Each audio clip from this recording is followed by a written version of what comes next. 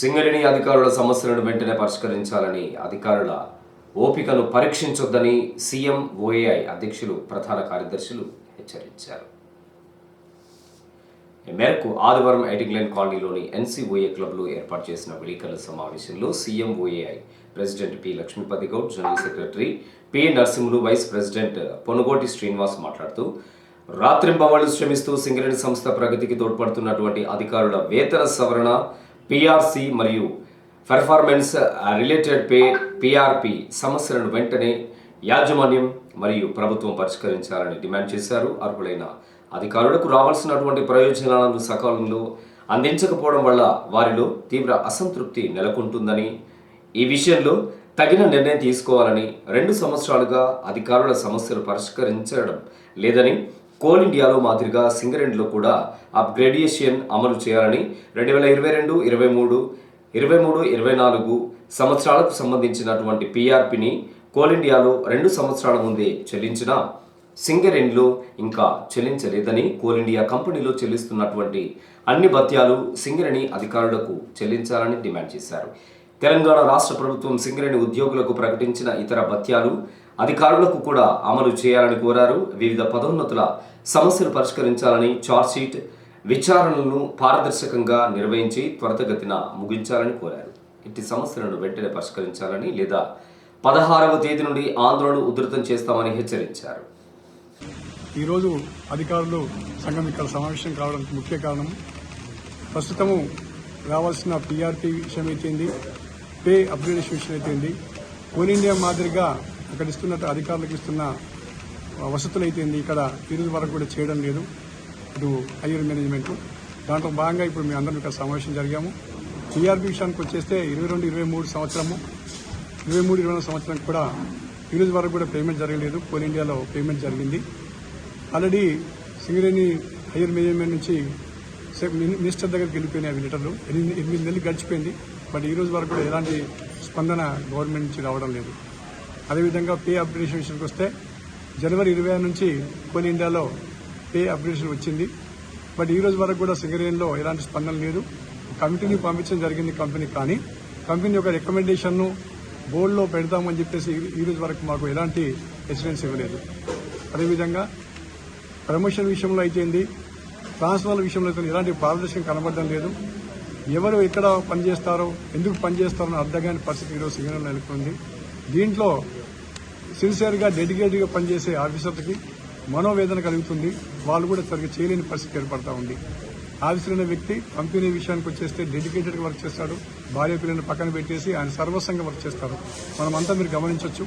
అలాంటి వ్యక్తులకే ఎలాంటి సరియైన సౌకర్యం లేక రావాల్సిన బకాయిలు ఇవ్వకుండా కంపేర్ చేయాల్సిన అవసరం ఏర్పడుతుందంటే ఈరోజు సింగరేణిలో ఇటు హైయర్ మేనేజ్మెంట్ అయితేంది, అటు గవర్నమెంట్ అయితేంది పట్టించుకుంటూ ఒక భావన క్రియేట్ అవుతుంది. ఇది సింగరేణిని ఫర్దర్గా డ్యామేజ్ చేయడానికి ఆస్కారం ఉంది. అదేవిధంగా బకాయిల విషయానికి వచ్చేస్తే సింగరేణికి చాలా బకాయిలు ఉన్నాయి.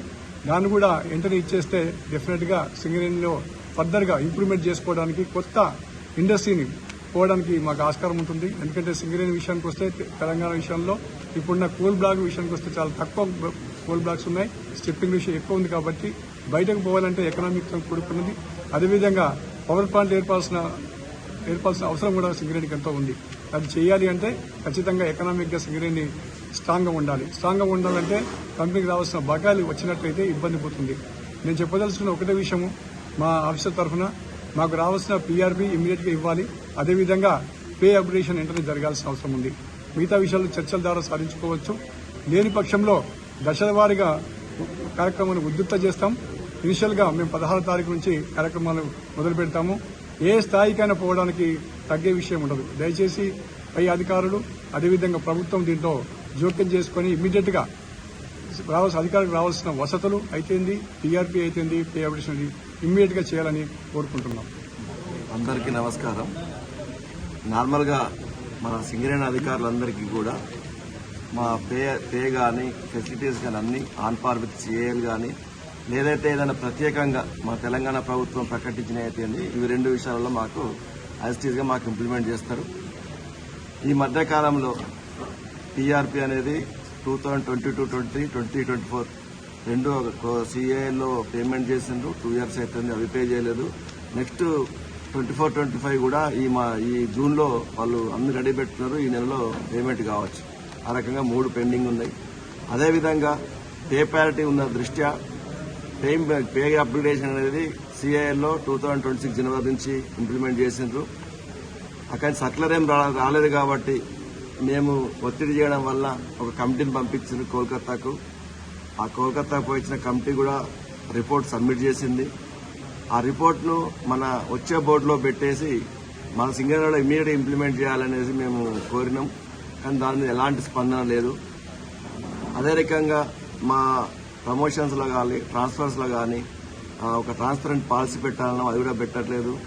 ఇంకో రకంగా ఏంటంటే ఛార్జ్షీట్ల విషయంలో కూడా అధికారులను చాలా ఇబ్బంది పెడుతున్నారు, చాలా టైం తీసుకుంటున్నారు. ఆ టైం వాళ్ళు ఎంతసేపు ఆ ఛార్జ్షీట్ క్లియర్ కానంత వరకు వాళ్ళ ప్రమోషన్స్ కానీ అన్నీ ఆగిపోతున్నాయి. వాళ్ళు మానసికంగా వేదన గురవుతున్నారు. ఓకే, మా సీడియర్ రూల్స్ ప్రకారం 6 monthsలో కంప్లీట్ చేయాలి, ఒకరికి 2 years ఏమైనా కంప్లీట్ చేయట్లేదు. దీనిలో ఒక పాలసీ ఫామ్ చేసేసి దాని కూడా ఏదైనా డిసిషన్ తీసుకొని మేము కోరడం జరిగింది, అది కూడా చేయట్లేదు. అదేవిధంగా మాకు ఫ్రీక్వెంట్గా అంటే ఇయర్లీ 2 times స్ట్రక్చర్ మీటింగ్ పెట్టాలి మేనేజ్మెంట్. 2024 నవంబర్లో పెట్టిండ్రు. 2024 నవంబర్లో పెట్టిన వాటిలో ఒప్పుకునేవాడు ఇంతవరకు ఇంప్లిమెంట్ కాలేదు. నెక్స్ట్ మీటింగ్ కూడా కండక్ట్ చేయమంటున్నాం, అది కూడా చేయట్లేదు. ఇవన్నిటితోటి అధికారులందరిలో అసంతృప్తి అసహనం పెరిగిపోతుంది. మేము కూడా ఇన్ని రోజులు మేనేజ్మెంట్లో భాగంగా ఓపిక పడుతూ వచ్చినాం, చర్చల ద్వారా పరిష్కరించుకుందామని వచ్చినాం. కానీ మా మాట ఏమి వినే పరిస్థితి అనిపించలేకపోవడంతో ఈరోజు అత్యవసర సమావేశం పెట్టుకొని 16th నుంచి రిజిస్ట్రేషన్ ప్రోగ్రామ్ చేద్దాం అనుకుంటున్నాం. స్లోగా స్టార్ట్ చేసి స్టెప్ బై స్టెప్ ఇంక్రీజ్ చేసుకుంటూ పోతాము. అవసరమైతే లాస్ట్ స్టేజ్లో మేనేజ్మెంట్ మా కోరికలు తీర్చకపోతే అసలు స్ట్రైక్ కూడా పోదామని అనుకుంటున్నాం. కాబట్టి మమ్మల్ని ఆ టైం వరకు అంటే ఆ దిశ వరకు కూడా తీసుకుపోకుండా ఈ మధ్య కాలంలో మా సమస్యలు పరిష్కరిస్తారని ఆశిస్తున్నాం. విలేకరుల సమావేశంలో RG2 ఏరియా అధ్యక్షులు మాడుతు రాముడు, కోల శ్రీనివాస్, రమేష్, రవి, నజీర్ తదితరులతో పాటు అసోసియేషన్కు చెందిన అన్ని ఏరియాల అధికారులు అధిక సంఖ్యలో పాల్గొన్నారు.